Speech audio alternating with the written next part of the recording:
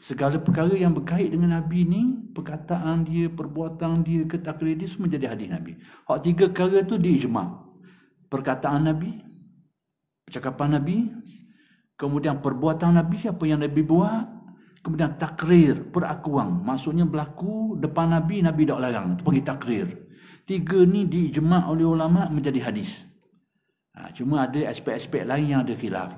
Macam cara Nabi, perjalanan Nabi, itu ada sirah Nabi, sejarah Nabi dan sebagainya. Itu jadi sunnah juga ke?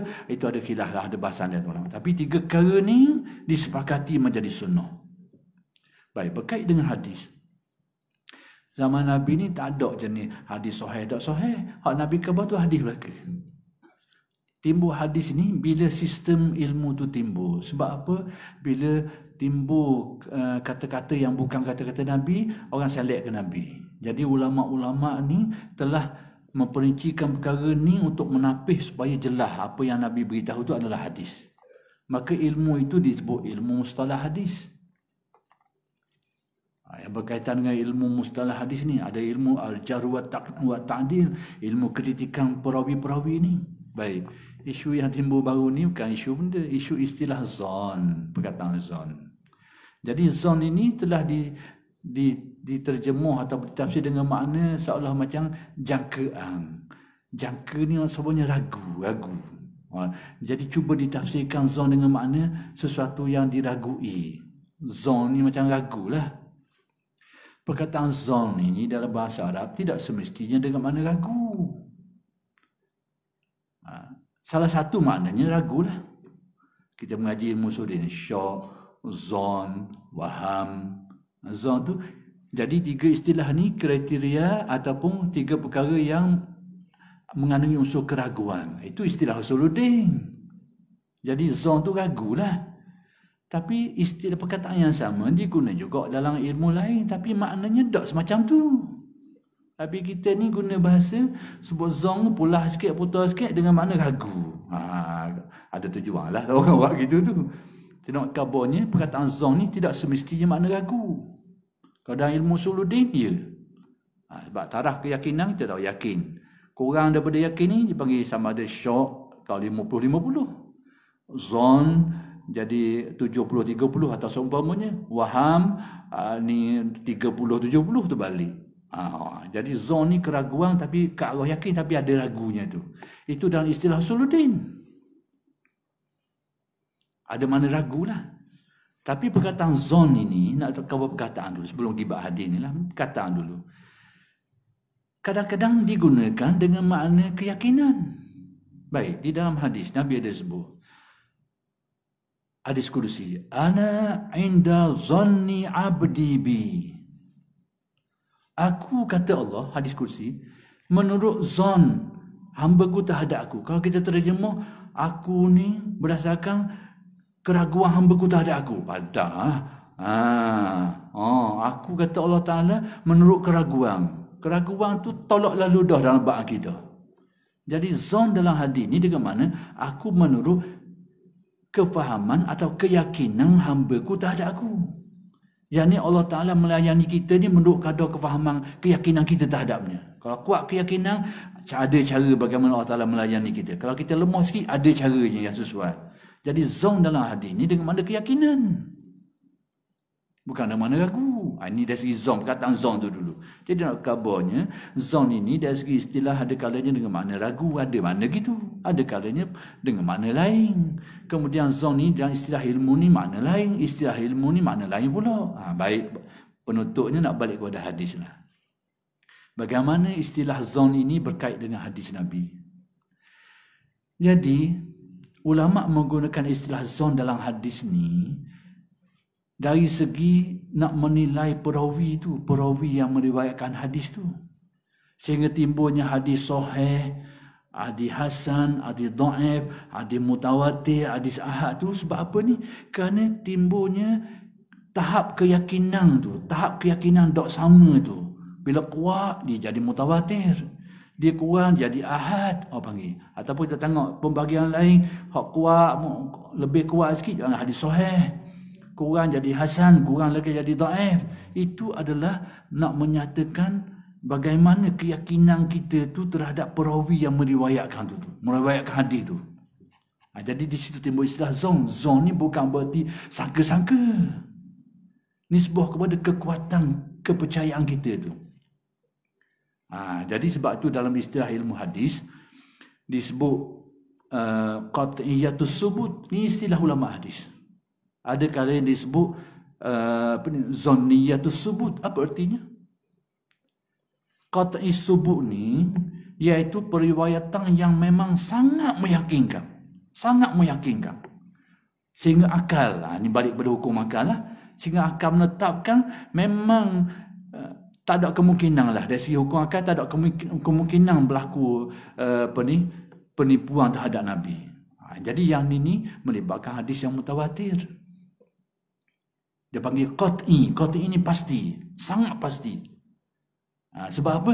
Sebab hadis itu diriwayatkan oleh ramai perawi dalam setiap lapisan tu. Sehingga akal kata tak sabah yang nawab. Sebab apa?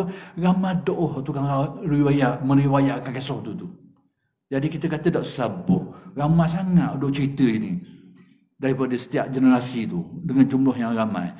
Jadi orang sebut hadis mutawatir. Sebab apa? Sangat meyakinkan. Diriwayatkan jumlah yang ramai. Ada istilah yang disebut zonniyatus subut.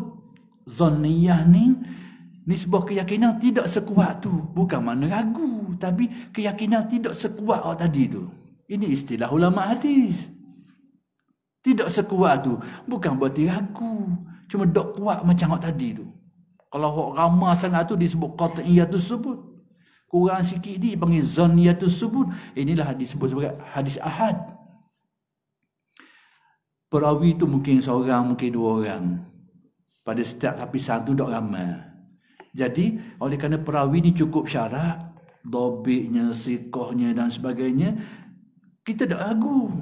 Tapi keyakinan kita tu tak kuat seperti, tidak sekuat seperti hadis mutawatir tadi tu. Itu istilah ulama hadis. Jadi zon dia ni bukan berarti ragu-ragu, ya dok, bukan. Masalah keyakinan tidak sekuat yang tu.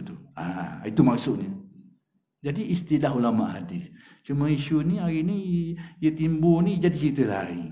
Jadi memang ragu tak ada hadis pula. Isunya isu periwayatan je. Kuat tak kuat. Jadi zon dalam istilah ulama hadis ni nak kabarnya keyakinan yakin tapi tidak sekuat yang lebih kuat daripada tu. Tu panggil zon tu. Ada istilah lain mereka sebut iaitu itu dari segi periwayatan. Kemudian dari segi dilalah, dari segi makna pun ada istilah lain. Qat'iyatud dilalah. Kemudian ada istilah lain, zanniyatud dilalah. Apa maksudnya? Ayat ni, dilalah ni maknalah. Sesuatu ayat ni bila maknanya khabar memang semakna je, tak ada makna lain. Contohnya, contoh dari khabar. Bila saya suruh gila makan nasi, orang tak faham benda lain dah, makna satu je, tak ada makna lain dah. Jadi dalam istilah ni orang panggil tu qat'iyatu ad-dilalah, maknanya jelas, tak ada makna lain dah, makna tu je, pasti maknanya, tak ada kemungkinan makna lain. Itu panggil qat'i, pasti, kuat, jelas. Tapi ada istilah dia panggil zanniyatu dilalah, zon. Contohnya ke mana? Saya kata, dia ambil bunga emah tu. Dia ambil bunga emah orang tu. Perkataan tu banyak makna. So, dia ambil bunga depan rumah dia boleh jadi kok. So, dia mina anak dia pun jadi kok. Ayat tu kata, esok mu dia ambil bunga emah tu. Makna je banyak. So, dia ambil bunga sungguh. Kalau kita jadi betul-betul, dia ambil bunga depan rumah ya. Tapi kalau mikir, dia ambil apa? Mau kita berlambak dah. Jadi, suruh tu makna lain. Ni suruh lain ni. Dia ambil bunga ni, suruh makna lain ni. Ada banyak makna. Jadi, bila sesuatu ayat tu banyak makna, ulama hadis mengistilahkan dia sebagai zanniyatud dilalah. Makna je banyak. Jadi, mana sehak pasti, maka yang mungkin berdasarkan tafsiran gitu gini, makna ni. Maksud andaian. Maksudnya tidak seperti hak tadi tu, ayat tu semakna je. Bila semakna, memang tidak diragukan lagi. Memang hak itulah maksud dia. Tapi bila banyak makna, ada kemungkinan belaka ni. Jadi ulama ahli hadis mengistilahkannya sebagai zaniyatud dilalah. Jadi istilah zon dalam ilmu hadis ni bukan masuk ragu-ragu yedok-yedok. Maknanya kekuatan keyakinan tu tidak sekuat yang lain tu. Itu istilahnya. Jadi tak timbul masalah ragu-ragu tak ada hadis, anti hadis lah, tolak hadis. Bukan, itu hal lain. Itu bawa tak ke lain dah tu. Jadi balik kita kepada asal bahawa segala apa yang dinisbahkan kepada Nabi SAW ni, dia adalah menjadi hadis, menjadi sunnah, menjadi sunnah yang kita ni boleh terpakai semuanya. Tak ada benda yang tersisa satu pun. Dan kita tak akan jumpa manusia pasal ni. Sebab manusia ni mesti ada salah walaupun sikit. Tapi yang tidak ada kesalahan adalah para nabi dan rasul alaihi wassalam, khususnya Nabi Muhammad sallallahu alaihi